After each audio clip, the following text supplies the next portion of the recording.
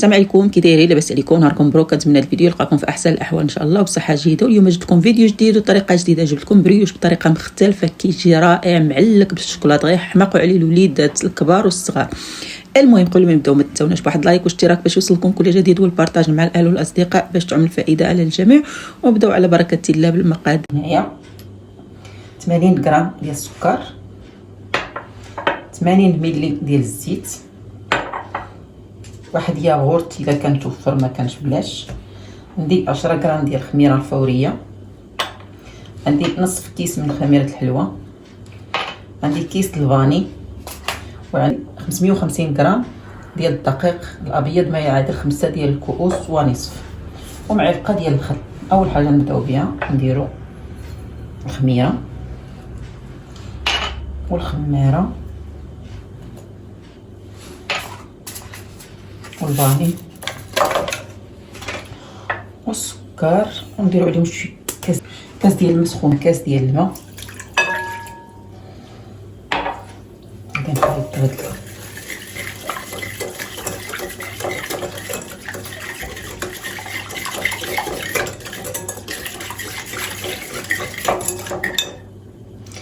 نخليهم يتفاعلوا واحد شويه. عندي واحد القبيصه ديال الملحه ما غنديرهاش، انا غنديرها هنا واحد ربع معلقه صغيره. واحد المعلقه ديال الخل،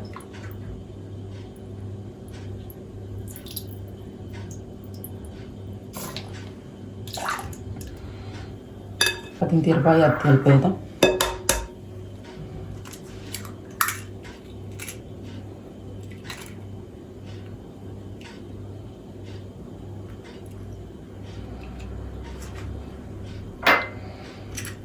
الزيت،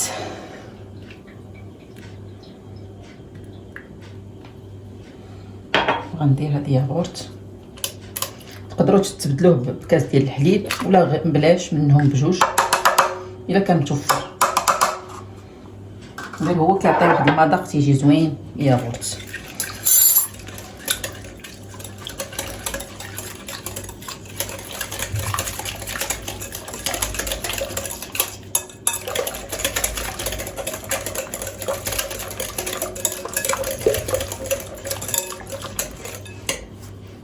دقيق غادي نغربلوه، ما غربلناش. كما كتشوفوا عندي كاس، وعندي هنايا 450 غرام. بسم الله.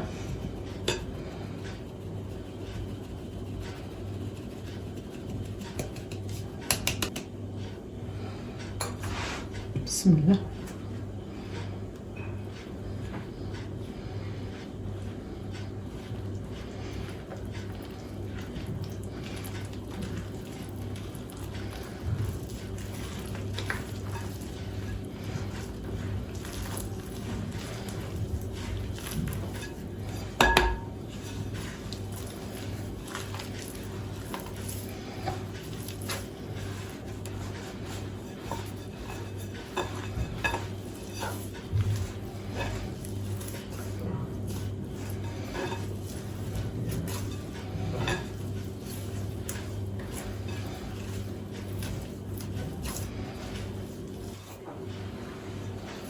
بسم الله.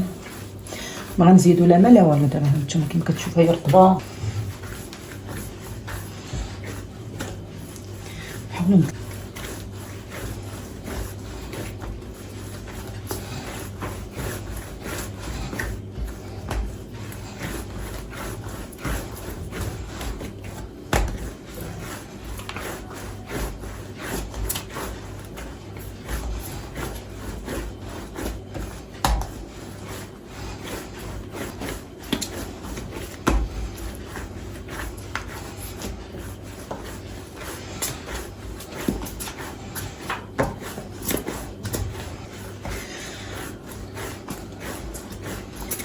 من بعد ما دلكناها مزيان تكون هكا تلتصق في اليدين.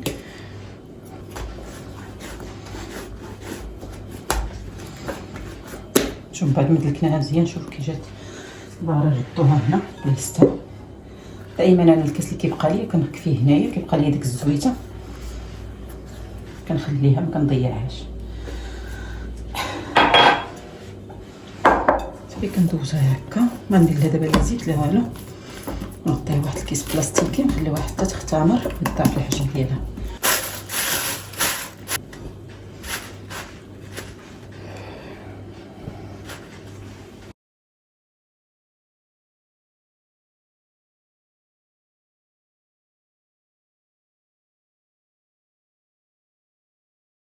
المهم بعد ما ارتاحت لنا العجينه، شوف كيفاش كتجي بحال المسكه، كتجي مطلوقه رخيه راسها. غادي نحيدوها نديكازيوها ونحيدوها من المول ونحطوها على سطح العمل.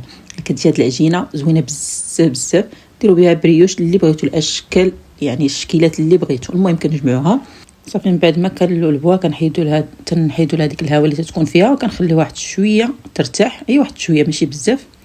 ديك الساعه غادي نعاود نطلقها. يعني هي هاد العجينه ما كتجمعش معكم، يعني العجينه ديال البريوش انا نجيب واحد شويه ديال الدقيق نحطو على سطح العمل باش نقدر نطلق العجينه ديالتي وما تلتصقش ليا مع سطح العمل. صافي كنحاولوا نديروا شويه ديال الدقيق ونطلقوها يا بيدينا، يعني نقرصوها بيدينا، وإلا عندكم المدلك يعني تقدروا تطلقوها بها.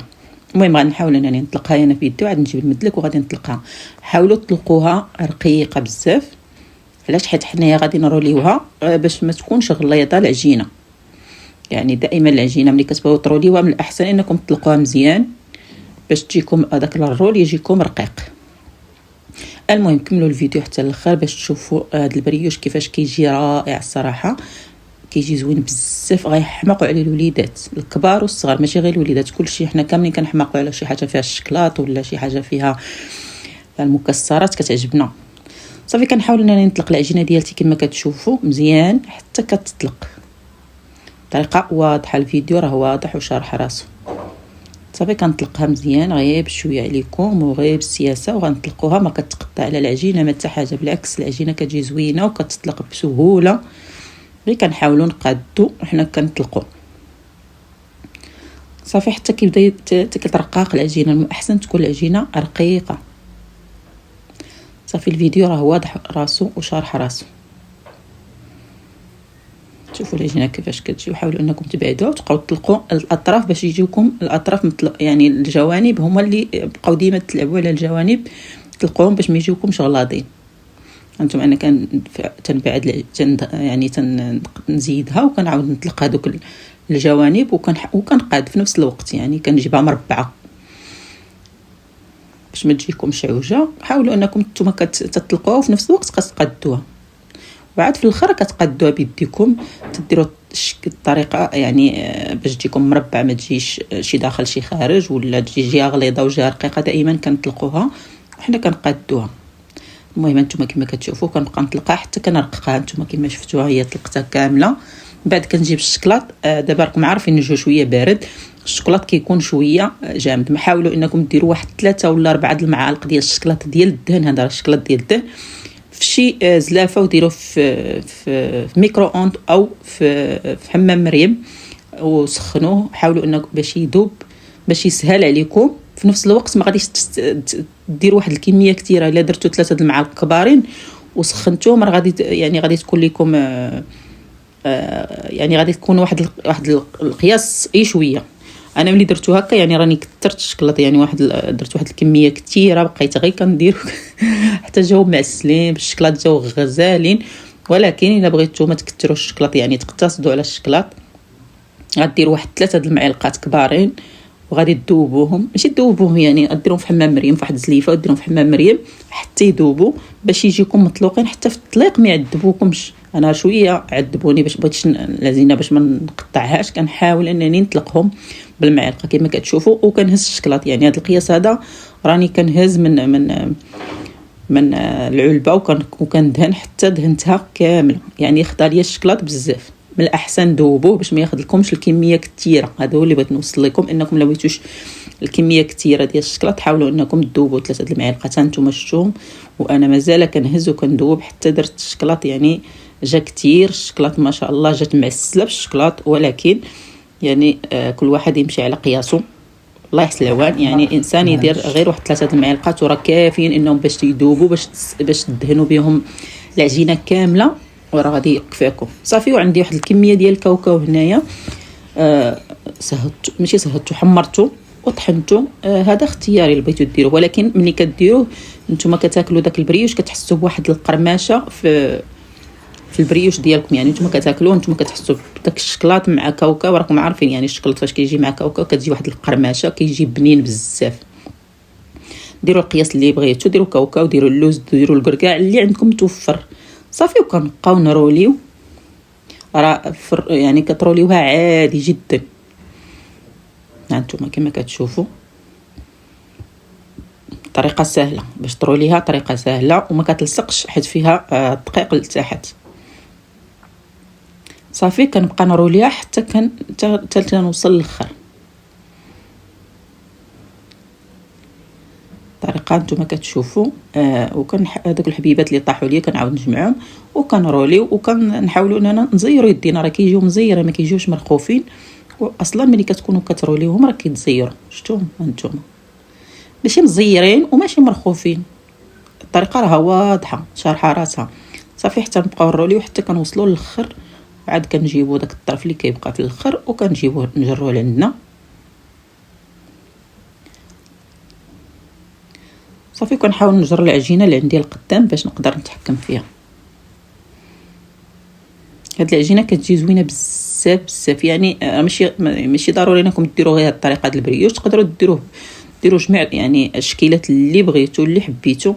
انا كيعجبني هاد الشكل وبغيت ندير بهاد الطريقه تيجي زوين، وحتى الشكلاط كيعطي واحد المذاق في البريوش.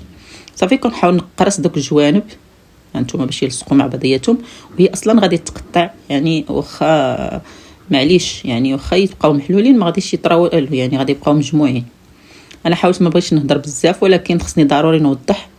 صافي كنقطع على جوج باش تسهل عليا. تقدروا ما تقطعوش على جوج، تبقاو غير هكا وتقطعوها بالخيط ولا بالموس يكون شويه ماضي.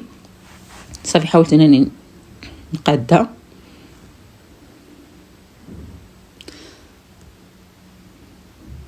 صافي دابا غادي نجيب اللاطه ديالتي اللي غتدخل الفران، وغادي نحاول انني درت لها واحد الورق الزبده ولا دهنوها، وغادي نقطع القياس. انتم كما كتشوفوا كنقطعوا وكنحاولوا نحطوها.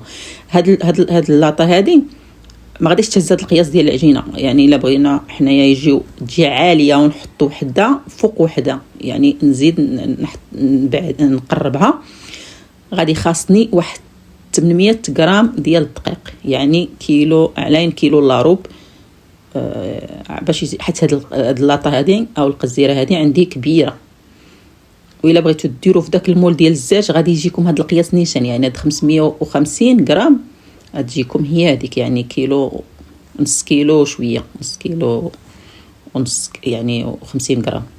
صافي كنقطع بالخيط وكنحاول انني نحط وحده فوق وحده، وكنقطع بالخيط. كتجي القطع ديال الخيط كيجي اسهل من القطع ديال الموس، شفتوها كتجي سهله. انا من بعد ما ساليتهم صافي غادي نحاول انني نغطيهم بواحد الكيس بلاستيكي ونعاود نخليهم يختمروا حتى يخمروا مزيان.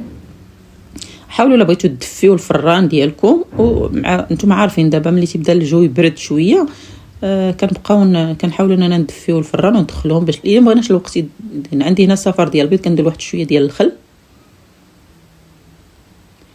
صافي وكندهن البريوش ديالنا اللي الفران كيكون شاعل من قبل على درجه حراره 200 درجه. انا خليتوش، انا في الاول درتو غير 180 وخليته يسخن حتى سخن مزيان. وملي دخلت اللاطه هذه شويه ما كتحرقش الحاجه، يعني كتاخذ شويه د الوقت في الطياب. انا درتو 200 درجه. اللي عنده لاطات اخرين خفافين يقدر يدير غير 180 ويخليها حتى تطيب على خاطرها. انا درت 200 درجه حيت هاد اللاطه هذه شويه كتاخذ الوقت. صافي كنحاول انني ندهنهم بداك الصفر ديال البيض. راه ما تحتاجوا ديروا لهم حتى شي حاجه اخرى، يعني تزيدوا شي حاجه اخرى حيت هي راه مدهونه يعني مشكلطه بنينه ما نقول لكمش. صافي كنحاول انني كما قلت لكم انتم راني ما وصلتش التعميره حتى للطرف اللي من هنا، راه يعني جاني القياس ديال العجينه درتو قليل. انا كنت غادي ندير واحد المول اخر وحتى اخر لحظه عاد وليت درت هذا. معليش كون درت ديال الزاج غادي تجي وحده فوق وحده وغتجي عاليه بزاف، ماشي مشكل فيها خير. صافي حاولت انني ندهنهم كاملين وغادي ندخلهم على درجه الحراره 200 درجه. شعلت غير من التحت حتى طابت على خاطرها بحال كطيب الكيك، يعني طيبتها طريقه ديال الكيك طابتها خليتها وجيت جلست في حالتي تنط، لقيتها تحمرات من الفوق ومن التحت. راه كتجي زوينه بزاف، غير جربوها صدقوني كتجي رائعه. غادي يحمقوا على وليداتكم. هادو اول حاجه، بعدا الوليدات كيموتوا على الشكلاط، شي حاجه سميتها الشكلاط غادي يحمقوا عليها. شوفوا الشكل ديالها. ثاني حاجه حتى نتوما الكبارين غيعجبوا. شي قطر صغر من هذا وتجيكم عاليه، تقدروا تخليوها غير. شوفوا داك الشكلاط كامل اللي خرج. شوفوا انا درت حراره 200، خليتها حتى تحمرات بوحدها من الفوق ومن التحت بحال اللي طابت الكيكه، يعني ما شعلتش الفوق كاع.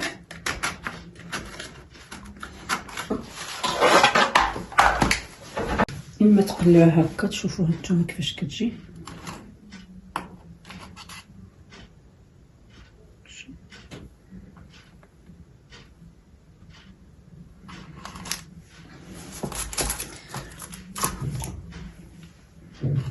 نتوما شوفوا بسم الله.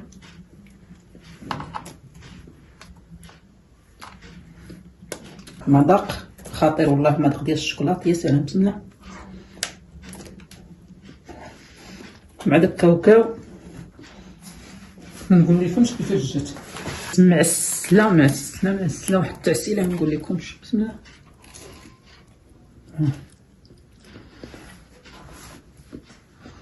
عظيم جات معسله.